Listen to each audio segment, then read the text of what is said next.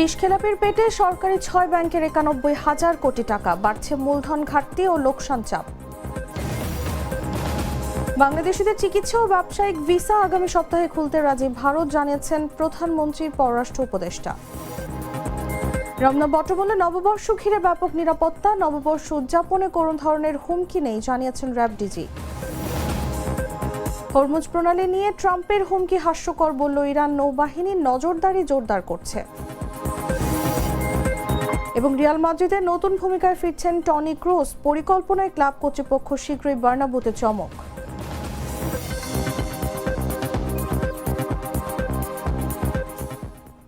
এতক্ষণ শুনছিলেন সংবাদ শিরোনাম। দর্শক, আমন্ত্রণ দুপুর ৩টা নিউজে, সাথে আছি আমি Taslima Tithi. Treat chocolate, treat moment, sweet moment. চলে যাচ্ছি পুরো খবরে। দেশের রাষ্ট্রায়ত্ত ৬ বাণিজ্যিক ব্যাংকের আর্থিক চিত্র ক্রমেই উদ্বেগজনক হয়ে উঠছে। শীর্ষ ঋণ খেলাপির কাছে বিপুল অঙ্কের অর্থ আটকে থাকায় ব্যাংকগুলোর শ্রেণীকৃত ঋণ অস্বাভাবিকভাবে বেড়ে গেছে। তৈরি হয়েছে বড় ধরনের মূলধন ঘাটতি ও লোকসানের চাপ। এমনই চাঞ্চল্যকর তথ্য উঠে এসেছে জাগো নিউজের নিজস্ব অনুসন্ধানে। ইচ্ছাকৃত খেলাপিদের বিরুদ্ধে কঠোর ব্যবস্থার পাশাপাশি যেসব গ্রাহক ব্যবসায়িক বা অর্থনৈতিক কারণে সমস্যায় পড়েছেন তাদের পুনরুদ্ধারের সুযোগ দিতে সহায়তা করাও জরুরি বলে মত অর্থনীতিবিদদের। সাইদ শিপনের তথ্যে বিস্তারিত জাগো ডেস্ক রিপোর্টে। সোনালী জনতা অগ্রণী সহ দেশের রাষ্ট্রায়ত্ত ৬ বাণিজ্যিক ব্যাংক শীর্ষ ঋণ খেলাপিদের চাপে এখন চিঁড়া চ্যাপ্টা। এসব ব্যাংকের মোট শ্রেণীকৃত ঋণের অর্ধেকেরও বেশি আটকে রয়েছে মাত্র ২০ জন বড় খেলাপির কাছে। এছাড়াও ঋণ আদায় ব্যাহত হওয়ায় বড় অঙ্কের মূলধন ঘাটতিতে পড়েছে একাধিক ব্যাংক। আর্থিক সংকটের সঙ্গে লোকসানেও পড়েছে কোনোটি। এমনই চাঞ্চল্যকর তথ্য উঠে এসেছে জাগো নিউজের নিজস্ব অনুসন্ধানে। রাষ্ট্রায়ত্ত ৬ বাণিজ্যিক ব্যাংকের দুরবস্থার একই চিত্র উঠে এসেছে অর্থ মন্ত্রণালয়ের প্রতিবেদনেও। অনুসন্ধানে পাওয়া গেছে সোনালী জনতা, অগ্রণী, রূপালী, বেসিক ও বিডিবিএল এই ৬ ব্যাংকের মোট শ্রেণীকৃত ঋণের পরিমাণ দাঁড়িয়েছে ১,৪৬,১৩৪ কোটি ৮ লাখ টাকা। বিপরীতে শীর্ষ ২০ খেলাপি ঋণের পরিমাণ দাঁড়িয়েছে ৯১,১৩৩ কোটি ২১ লাখ টাকা। এই শীর্ষ খেলাপিদের কাছ থেকে ২০২৫ সালে আদায়ের পরিমাণ মাত্র ০.৫১%। রাষ্ট্রায়ত্ত ৬ বাণিজ্যিক ব্যাংকের মধ্যে সবথেকে খারাপ অবস্থায় রয়েছে জনতা ব্যাংক। আর শীর্ষ ঋণ খেলাপির কাছ থেকে সবথেকে বেশি অর্থ আদায় করতে পেরেছে রূপালী ব্যাংক। আর ৬ ব্যাংকের মধ্যে সবথেকে বেশি অবলোপন ঋণ আছে সোনালী ব্যাংকের। অর্থনীতিবিদরা বলছেন, পাবলিক লিমিটেড কোম্পানি হিসেবে ঘোষণা করা হলেও অনেক ব্যাংক এখনও সরকারি বিভাগের মতো পরিচালিত হচ্ছে। এই অবস্থা থেকে বেরিয়ে আসতে হলে দক্ষ ও অভিজ্ঞ ব্যক্তিদের নিয়ে স্বাধীন ও পেশাদার পরিচালনা পর্ষদ গঠনের পাশাপাশি ব্যবস্থাপনা পরিচালকদের নিয়োগ ও অপসারণে বোর্ডকে পূর্ণ ক্ষমতা দিতে হবে। তাদের মতে বর্তমানে অল্প কিছু বড় খেলাপির কাছে বিপুল অঙ্কের ঋণ আটকে আছে, যা আদায় করা কঠিন হয়ে পড়েছে। এ ধরনের খেলাপিদের বিরুদ্ধে বিশেষ ব্যবস্থা ছাড়া অর্থ পুনরুদ্ধার প্রায় অসম্ভব।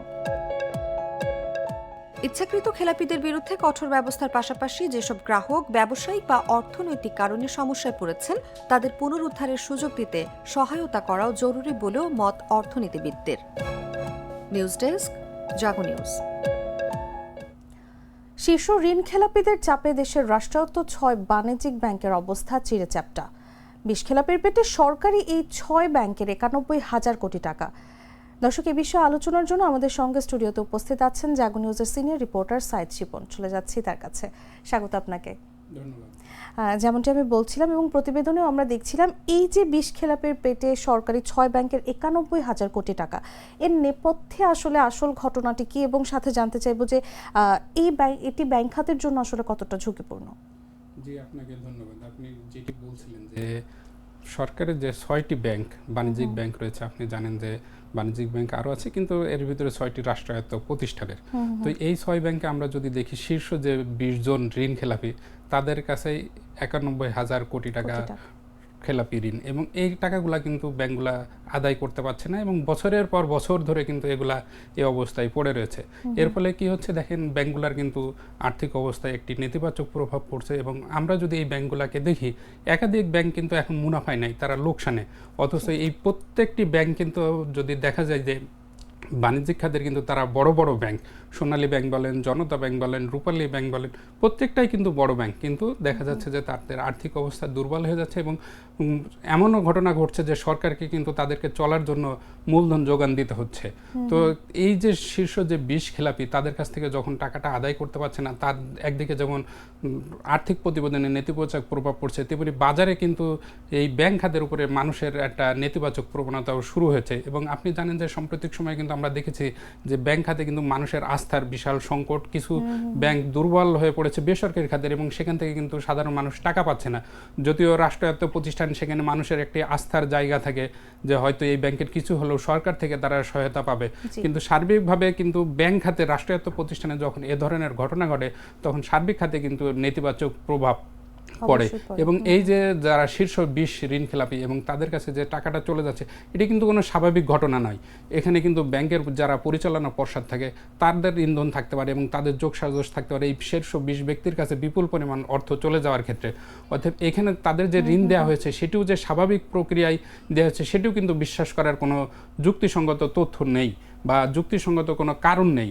এবং তার মানে এখানে দেখা যাচ্ছে যে ব্যাংকের যে পরিচালনা পর্ষদ রয়েছে এবং যে গ্রাহক, তাদের মাধ্যমে যোগ সাজসের মাধ্যমে কিন্তু এই ব্যাংক থেকে এই টাকাগুলো সরিয়ে নেওয়া হতে পারে, এ ধরনের সন্দেহ কিন্তু তীব্র রয়েছে। তো এই অর্থগুলো যদি আদায় করতে না পারেন, তাহলে কিন্তু এই ব্যাংকগুলোর আর্থিক অবস্থা ক্রমান্বয়ে আরও দুর্বল হয়ে যাবে এবং ব্যাংক খাতের প্রতি কিন্তু মানুষের আস্থাও নষ্ট হবে। জি, এবং আপনি বলছিলেন যে আস্থা কিন্তু অলরেডি নষ্ট হয়ে গিয়েছে আমার মনে হয়। এবং এই যে ইচ্ছাকৃত খেলাপিদের বিরুদ্ধে যদি কঠোর শাস্তির ব্যবস্থা না থাকে, তাহলে যে অবলোপন ঋণ আছে, তারপর পুনর্তফসিল এবং প্রকৃত আর্থিক স্বাস্থ্যের উপর আমরা জানি যে একটি প্রভাব ফেলে, কি ধরনের দীর্ঘমেয়াদী প্রভাব পড়তে পারে?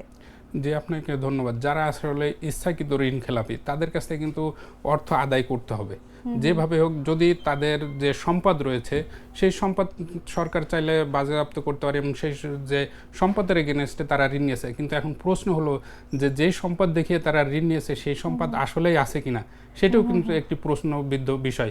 এখন ওই সম্পদ যদি না থাকে, তাহলে কিন্তু এই অর্থ পাওয়ার কোনো সম্ভাবনা নেই।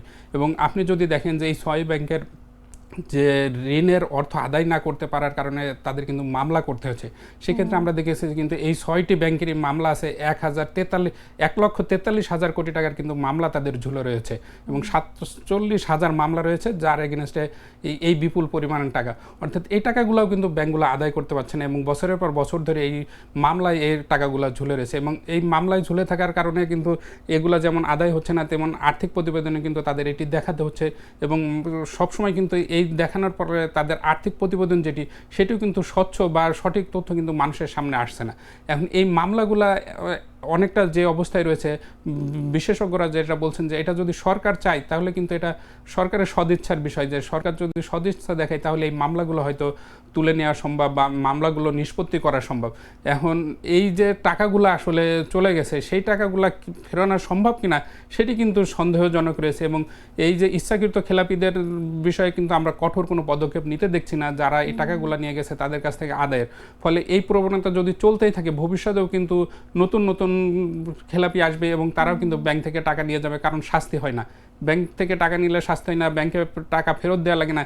এই প্রবণতা যখন গড়ে উঠবে, তখন কিন্তু আমাদের সার্বিক আর্থিক খাতে কিন্তু নেতিবাচক প্রভাব পড়বে। কারণ আপনি জানেন যে একটি দেশের আর্থিক স্তম্ভের মূল স্তম্ভ কিন্তু ব্যাংক খাত, এবং যখন ব্যাংক খাতের অবস্থা নড়বড়ে হয়ে যায় এবং মানুষ যখন এখান থেকে আস্থা হারায়, তখন কিন্তু সার্বিক অর্থনীতিতে এটা নেতিবাচক প্রভাব ফেলবে, এখানে কোনো সন্দেহ নাই। জি, একদমই তাই। এবং আর্থিক সংকটের কথা বলছিলেন, এবারে একটু এই ব্যাংকগুলোর পরিচালনা কমিটি নিয়ে কথা বলতে চাই। রাষ্ট্রায়ত্ত ব্যাংকগুলো যেগুলো আছে, সেগুলোর ব্যবস্থাপনা এবং পরিচালনা কাঠামোতে রাজনৈতিক কিংবা আমলাতান্ত্রিক প্রভাব কমিয়ে পেশাদার পরিচালনা নিশ্চিত করা কতটুকু জরুরি বলে আপনি মনে করেন?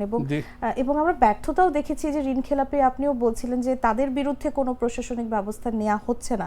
সেক্ষেত্রে আমাদের দেশ কতটা আর্থিক সংকটে পড়তে পারে? জি, আপনাকে ধন্যবাদ। আসলে যেটি বলছিলাম যে এই যে পরিচালনা পর্ষদের সাথে বড় যে ঋণ খেলাপি, তাদের হয়তো একটা নেগোসিয়েশন থাকে এবং ব্যাংক থেকে টাকা তুলে নেওয়ার। এর মূল কারণ হলো, দেখেন রাষ্ট্রায়ত্ত যে প্রতিষ্ঠানগুলো রয়েছে, এখানে কিন্তু পর্ষদ গঠন করা হয় অনেকটা রাজনৈতিকভাবে, এবং রাজনৈতিক যে সরকার ক্ষমতায় থাকে, হয়তো তারা তাদের লোকজন এখানে নিয়োগ দিয়ে থাকেন। এবং অতীতে আমরা যেটি দেখেছি যে রাজনৈতিক ছত্র ছায়ায় এই ব্যাংকগুলোতে পরিচালনা পর্ষদ নিয়োগ দেওয়া হয়েছে এবং তাদের মাধ্যমে কিন্তু টাকা তুলে নিয়ে গেছে গুটি কয়েক গোষ্ঠী বা ঋণ খেলাপি যারা এখন ঋণ খেলাপি হিসেবে রয়েছেন। তো এই যে পরিচালনা পর্ষদের স্বচ্ছতা বা রাজনৈতিক যে প্রভাব রয়েছে সেটি থেকে বের হয়ে আসতে পারলে কিন্তু এই ব্যাংক কাঠামো, এই ব্যাংকগুলার আর্থিক অবস্থা শক্তিশালী করা বা এই ব্যাংকগুলার ভিত্তি শক্তিশালী করা সম্ভব না। এবং আপনি দেখেন যে প্রত্যেকটা ব্যাংকের নামের সাথে কিন্তু পিএলসি দেওয়া হয়েছে, অর্থাৎ এরা সবাই পাবলিক লিমিটেড কোম্পানি। কিন্তু এটা হচ্ছে দেখা গেল যে এটি এমনভাবে গঠন করা হচ্ছে যে সরকারের একটি আমলাতান্ত্রিক প্রতিষ্ঠানের মধ্যে, যেখানে আমলারা এসে নিয়োগ পাচ্ছেন, যেখানে রাজনৈতিক ব্যক্তিরা এসে নিয়োগ পাচ্ছেন। এখানে পেশাদারিত্বর কিন্তু অভাব আমরা যথেষ্ট পরিমাণে দেখেছি এবং বিশেষজ্ঞরাও কিন্তু বলছেন যে এই যে এখানে যদি পেশাদারিত্বর সৃষ্টি না করা হয় তাহলে কিন্তু এই ব্যাংকগুলার এই যে দুরবস্থা এগুলা কিন্তু চলতেই থাকবে এবং ভবিষ্যতে কিন্তু এর আর্থিক অবস্থা আরও খারাপ হওয়ার সম্ভাবনা রয়েছে। যদি এখানে এই অবস্থা থেকে বের আসতে হয় তাহলে এখানে কিন্তু পেশাদারিত্ব বজায় রাখতে হবে এবং এদের নামের সাথে যেমন পিএলসি রয়েছে তেমনি এই পিএলসি যেভাবে অন্যান্য পাবলিক লিমিটেড কোম্পানি চলছে সেভাবেও এদেরকে চলার উপযুক্ত করে দেওয়া উচিত।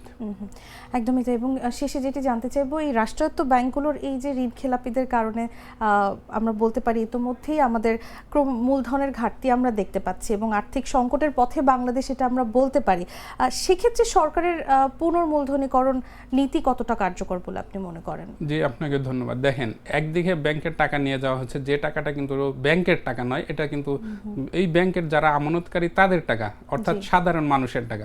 আবার সরকার থেকে যখন এই ব্যাংকগুলোর মূলধন ঘাটতিতে পড়ছে, টাকা দিয়ে মূলধন পুনর্ভরণ করা হচ্ছে, সেটাও কিন্তু সরকারের টাকা। কারণ আপনি যে ট্যাক্সের টাকা দিয়েছি সরকারকে, সেই টাকাটাই কিন্তু এই ব্যাংকগুলোকে দেওয়া হচ্ছে। অর্থাৎ একদিকে পাবলিকের যে জমানো টাকা সেটি একটি গ্রুপ সরিয়ে নিয়ে যাচ্ছে, আবার তাদের এই দায়টা আবার পাবলিকের উপর চাপিয়ে দিয়ে সেই পাবলিকের টাকা দিয়ে কিন্তু ব্যাংকগুলোকে আবার পুনর্ভরণ করা হচ্ছে। তার মানে দেখা যাচ্ছে যে পুরো চাপটাই কিন্তু সাধারণ পাবলিকের উপরে চলে যাচ্ছে। কিন্তু যারা আসলে প্রকৃত অপরাধী এবং যারা এই ব্যাংকগুলো থেকে টাকা নিয়ে যাওয়ার জন্য দায়ী, তাদের বিরুদ্ধে কিন্তু আমরা শাস্তিমূলক ব্যবস্থা দেখছি না। যেটি কিছুক্ষণ আগেও বলছিলাম যে বড় অঙ্কের মামলা কিন্তু আমরা দেখতেছি, শুধু রাষ্ট্রায়ত্ত ব্যাংকগুলোই দেখি যে মামলা ঝুলে রয়েছে এবং এই মামলাগুলো নিষ্পত্তি হচ্ছে না, বছরের পর বছর ধরে এভাবে চলছে এবং তারা দেখা যাচ্ছে যে এই ঋণগুলো অনেক সময় রিশিডিউল করে নিচ্ছে, নিয়ে আবার ব্যাংক থেকে ঋণ নিচ্ছে। আবার আর্থিক প্রতিবেদনে দেখেন যে আর্থিক প্রতিবেদনে কিন্তু আমাদের অনেকটা স্বচ্ছ না। অবলোপনের যে চিত্রটা আমরা দেখাচ্ছি সেই চিত্রটাও কিন্তু পুরোপুরি উঠে আসে না এই আর্থিক প্রতিবেদনে। যার ফলে কি হয়, আর্থিক প্রতিবেদনে দেখা যাচ্ছে যে প্রতিষ্ঠান মুনাফায় রয়েছে, কিন্তু যদি প্রকৃত অবলোপন দেখানো হতো এবং যদি ব্যালেন্স শিটটা ক্লিন করা হতো তাহলে হয়তো দেখা যেত যে ওই প্রতিষ্ঠানের আর্থিক অবস্থা আরও নাজুক এবং তখন কিন্তু প্রকৃত চিত্র উঠে আসতো। এই যে ব্যাংকগুলো কেন হচ্ছে আপনার অবলোপনের চিত্র দেখাতে চায় না বা লুকিয়ে রাখার চেষ্টা করে, কারণ এই যখন অবলোপন আপনাকে প্রকৃত অবলোপনের চিত্রটা দেখাবে তাকে কিন্তু এই অ্যামাউন্টের পিছনে তাকে সঞ্চিতি রাখতে হবে। সেক্ষেত্রে কিন্তু তার মুনাফায় নেতিবাচক প্রভাব পড়বে, মুনাফা কমে যাবে। দেখা গেল যে প্রতিষ্ঠানটি এখন মুনাফায় রয়েছে, এই অবলোপনের যদি প্রকৃত চিত্রে তুলে দেওয়া হয় ওই প্রতিষ্ঠান লোকসানেও চলে যেতে পারে। তবে লোকসানেও যদি যায় তাহলে মানুষের জানার জন্য এবং মানুষের সামনে প্রকৃত আর্থিক চিত্র তুলে ধরার জন্য প্রকৃত চিত্র কিন্তু উঠাই আনতে হবে। না হলে কিন্তু এই ব্যাংক খাতের প্রতি মানুষের যে এখন আস্থা নষ্ট হয়ে যাওয়ার প্রবণতা চলছে সেটি কিন্তু চলতেই থাকবে এবং এটি সার্বিক অর্থনীতিতে বড় ধরনের নেতিবাচক প্রভাব পড়বে। যে একদমই আমরাও প্রত্যাশা করব যে সরকার কার্যকর কোনো ভূমিকা পালন করবে এই ক্ষেত্রে, যেন মানুষের আবারও ব্যাংকগুলোর প্রতি আস্থা ফেরত আসে। আপনাকে অসংখ্য ধন্যবাদ আমাদের সাথে যুক্ত হওয়ার জন্য। আপনাকেও ধন্যবাদ। দর্শক, কথা বলছিলাম জাগো নিউজের সিনিয়র রিপোর্টার সায়েদ শিপনের সঙ্গে। এবারে যাচ্ছে অন্যান্য সংবাদে। বাংলাদেশিদের জন্য আগামী সপ্তাহে চিকিৎসা ও ব্যবসায়িক ভিসা খুলে দেওয়ার বিষয়ে ভারত সম্মত হয়েছে বলে জানিয়েছেন প্রধানমন্ত্রীর পররাষ্ট্র উপদেষ্টা হুমায়ুন কবির। সোমবার দুপুরে সচিবালয়ে প্রধানমন্ত্রী তারেক রহমানের সঙ্গে সাক্ষাৎ শেষে তিনি এ তথ্য জানান। প্রধানমন্ত্রী পররাষ্ট্র উপদেষ্টা বলেন, ভালো মাইন্ডসেট থাকলে দুই দেশের সম্পর্ক ইতিবাচকভাবে অনেক দূর এগিয়ে যাবে। দুই দেশের স্বার্থ সংশ্লিষ্ট বেশ কিছু সমস্যা নিয়ে ইতিবাচক আলোচনা হয়েছে। পাইপলাইনের ডিজেল দেওয়ার কারণে ভারতকে ধন্যবাদ জানানো হয়েছে। শেখ হাসিনাকে ফেরানো হবে কিনা এমন প্রশ্নে প্রধানমন্ত্রীর পররাষ্ট্র উপদেষ্টা বলেন, আইনি প্রক্রিয়ায় তাকে ফেরানোর বিষয়ে আলোচনা হয়েছে।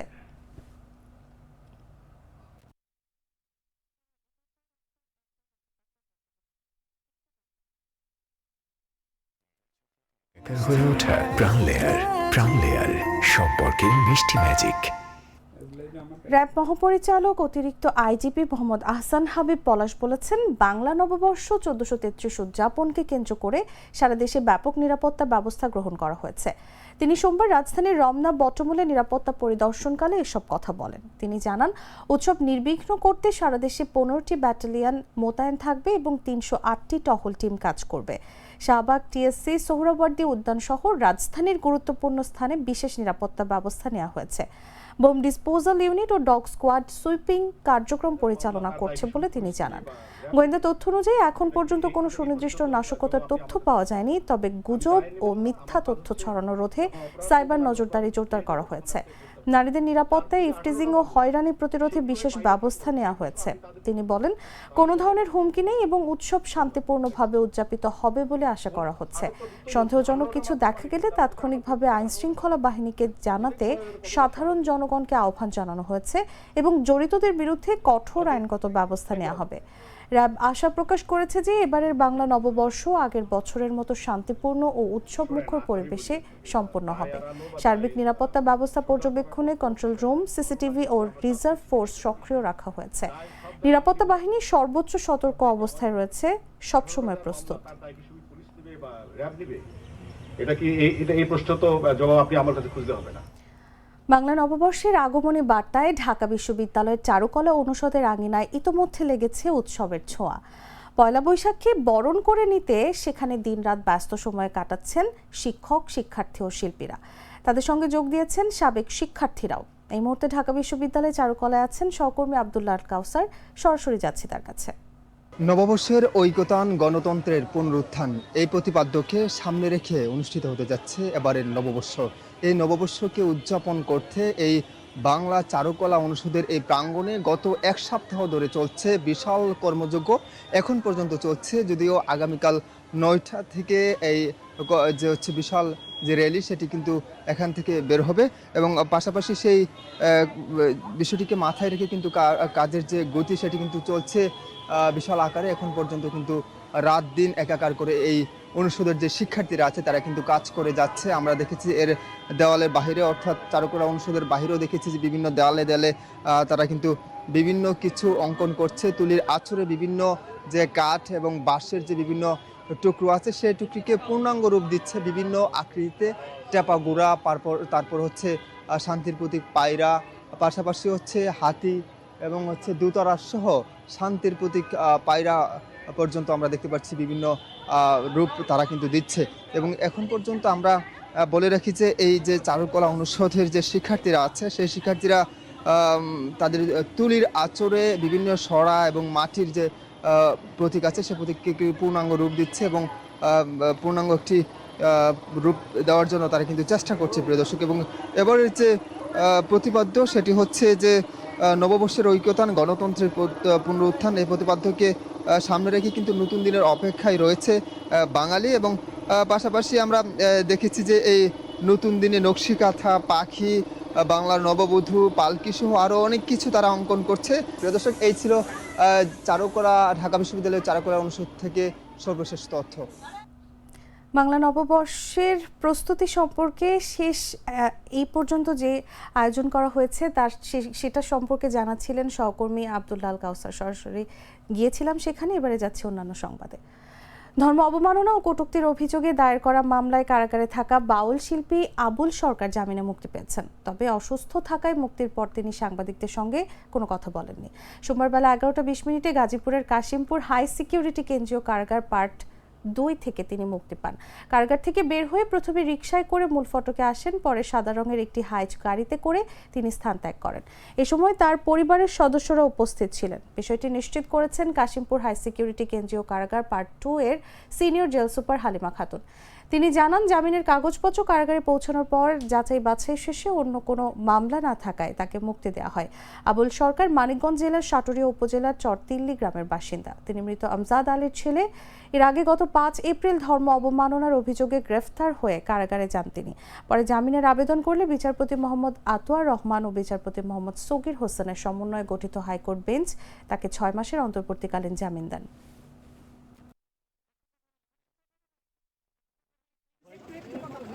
অসুস্থ, পরে কথা বলবো। শুনেন, একটু কথা বলি। গ্লিটারের টুইন লেমন ও অ্যান্টিব্যাকটেরিয়াল ফর্মুলা বাসনকে চকচকে জীবাণুমুক্ত করে আমাদের দেয় গ্লিটার গ্যারান্টি। জানাবো আন্তর্জাতিক সংবাদ।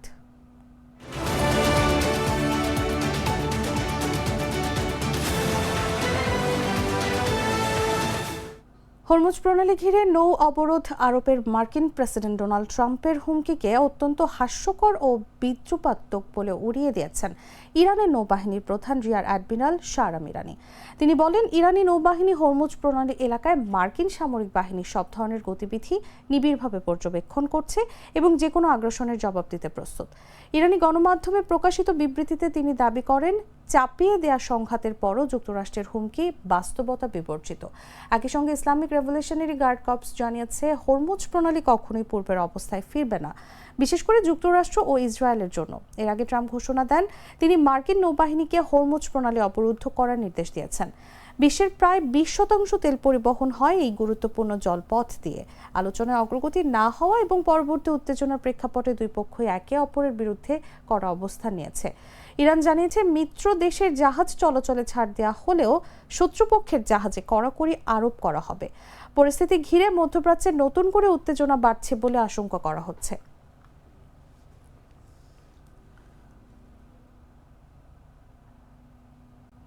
সংবাদ শেষ করব খেলার খবর জানিয়ে।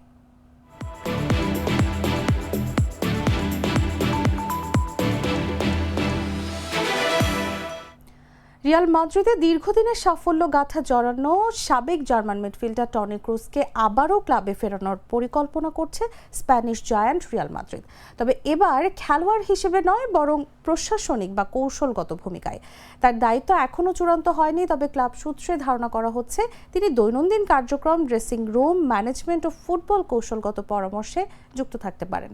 আগামী মৌসুমে তার প্রত্যাবর্তনের সম্ভাবনা নিয়ে আলোচনা চলছে। সম্প্রতি কোচিং স্টাফেও পরিবর্তন এসেছে, যেখানে জাবি আলোনসোকে সরিয়ে দায়িত্ব দেওয়া হয়েছে আলভারো আলবোলায়াকে।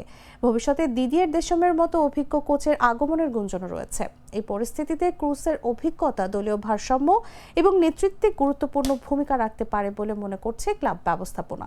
দীর্ঘ সময় রিয়াল মাদ্রিদের জার্সিতে খেলার অভিজ্ঞতায় ক্লাব সংস্কৃতি সম্পর্কে তার গভীর ধারণা তাকে নতুন ভূমিকায় শক্ত অবস্থানে রাখবে। আনুষ্ঠানিক ঘোষণা না এলেও বার্নাব্যুতে তার প্রত্যাবর্তন এখন সময়ের অপেক্ষা বলেই মনে করা হচ্ছে। তবে ক্লাব কর্তৃপক্ষ এখনও বিষয়টি আনুষ্ঠানিকভাবে নিশ্চিত করেনি।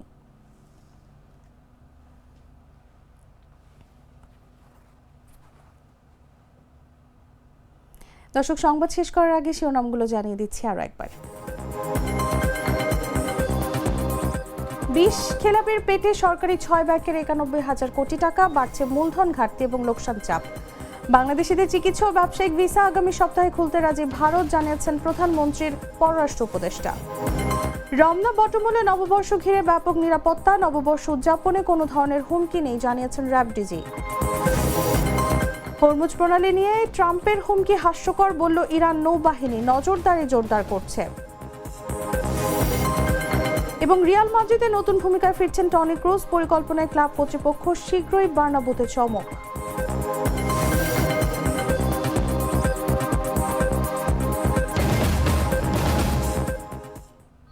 দর্শক, এই ছিল এখনকার মতো। প্রতি মুহূর্তের সর্বশেষ খবর জানতে ভিজিট করুন jagunews24.com।